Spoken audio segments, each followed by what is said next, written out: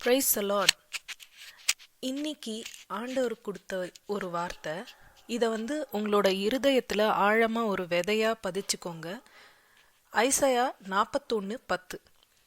நீ பயப்படாதே, நான் உன்னுடனே இருக்கிறேன். திகையாதே, நான் உன் தேவன். நான் உன்னை பலப்படுத்தி உனக்கு சகாயம் பண்ணுவேன். என் நீதியின் வலது கரத்தினால் உன்னை தாங்குவேன். இதுல ஆண்டவர் ஒரு வார்த்தையை சொல்றார், நான் உங்களை தாங்குவேன் அப்படின்னு சொல்றார். I will uphold you. கர்த்தர் எப்படியெல்லாம் நம்மளை தாங்குகிறார்? அவரோட கிருபையினால நம்மளை தாங்குறார். நீங்க பைபிள்ல நிறைய வசனங்கள் இருக்கு, அவரோட கிருபை நம்மளை தாங்கி கொண்டு இருக்கிறது. சங்கீதம் 94:18 வாசிச்சு பார்த்தீங்கன்னா தெரியும், அவரோட கிருபையினால நம்மளை தாங்குறார். ஏன்னா அவரோட கிருபை நமக்கு போதுமானதா இருக்கு.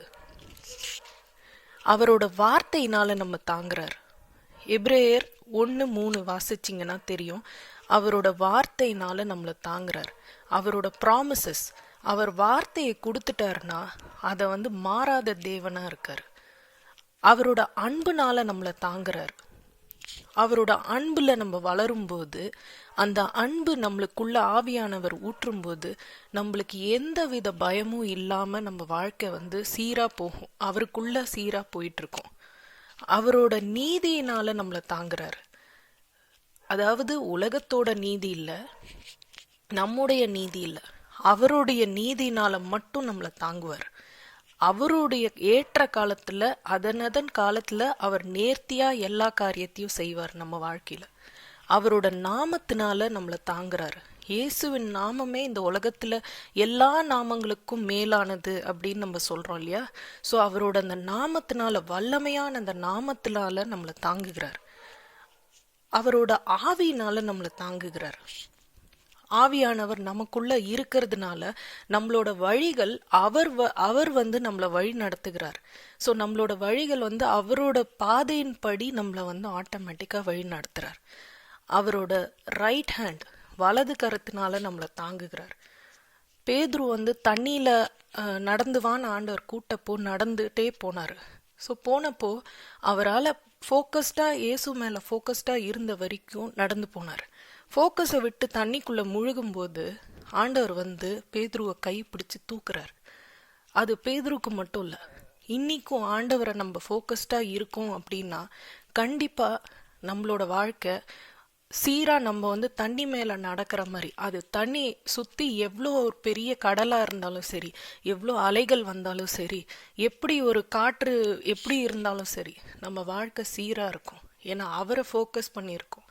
அவர் நம்ம எங்கேயாவது ஒரு இடத்துல கஷ்டங்கள் வரும்போது, எங்கேயாவது ஒரு இடத்துல நம்ம சறுக்கி விழும்போது கூட ஆண்டவர் பார்த்துட்டு சும்மா இருக்க மாட்டார்.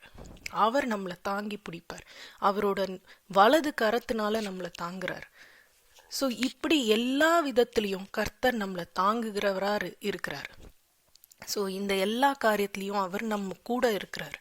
இதை ஆழமா பதிச்சுக்கிட்டோம் அப்படின்னா, இருதயத்துல ஒரு விதை மாதிரி பதிச்சுக்கிட்டோம் அப்படின்னா, அந்த விதை நம்மளுக்கு கண்டிப்பா வளர்ந்து நம்மளுக்கு ஆண்டவரை பத்தின அறிவை, நம்மளுக்கு வெளிப்பாட அந்தந்த நேரத்துல கண்டிப்பா கொடுக்கும்.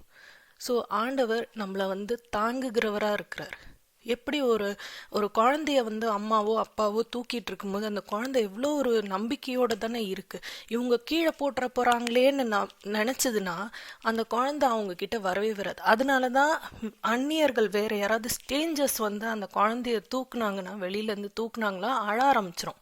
அதுவே ஒரு அம்மாவோ அப்பாவோ பாட்டியோ தாத்தாவோ யாராவது தூக்குனாங்கன்னா அது தைரியமா இருக்கும். ஏன்னா அதுக்கு தெரியும் அவங்க கீழே போட மாட்டாங்க அந்த குழந்தைய அப்படின்ற அந்த குழந்தைக்கு அந்த ஒரு ஃபீல் இருந்துட்டே இருக்கும் அந்த குடும்பத்துல. ஆனா அதே மாதிரி இன்னைக்கு கர்த்தர் நம்மளை தாங்குறார், அவர் நம்மளை தாங்குகிறவரா இருக்கிறார் அப்படின்றத விசுவாசத்தோட நம்ம இருந்தோம்னா நம்ம வாழ்க்கை அவரை நோக்கி நம்ம பார்க்குறோம். ஃபோக்கஸ் அவர் மேல. அப்போ நம்மளோட எந்த ஒரு கஷ்ட நஷ்டத்துலயும் சரி, நம்மளோட எந்த ஒரு சூழ்நிலையிலையும் நம்ம புலம்ப மாட்டோம். நம்மளுக்கு உடல்நிலையிலையும் சரி, நம்ம வீட்டாரோட உடல்நிலையும் சரி, டாக்டர்ஸோட ரிப்போர்ட் ஆகட்டும், இல்லை ஃபினான்ஷியல் ப்ராப்ளம்ஸ் ஆகட்டும், கடன் ஆகட்டும், வீட்டில் நிறைய பிரச்சனைகள் இருக்கட்டும், எந்த மாதிரி ஒரு சூழ்நிலையிலையும் ஆண்டவரை ஃபோக்கஸாக வச்சுட்டு அவர் என்னை தாங்குகிறவராக இருக்கிறார் அப்படின்றத மட்டும் நம்பி விசுவாசிச்சு போயிட்டே இருக்கலாம். வாழ்க்கை நம்மளுக்கு சீராக இருக்கும். ஆண்டவர் நம்மளோட கூட இருப்பார். God bless you all. Thank you.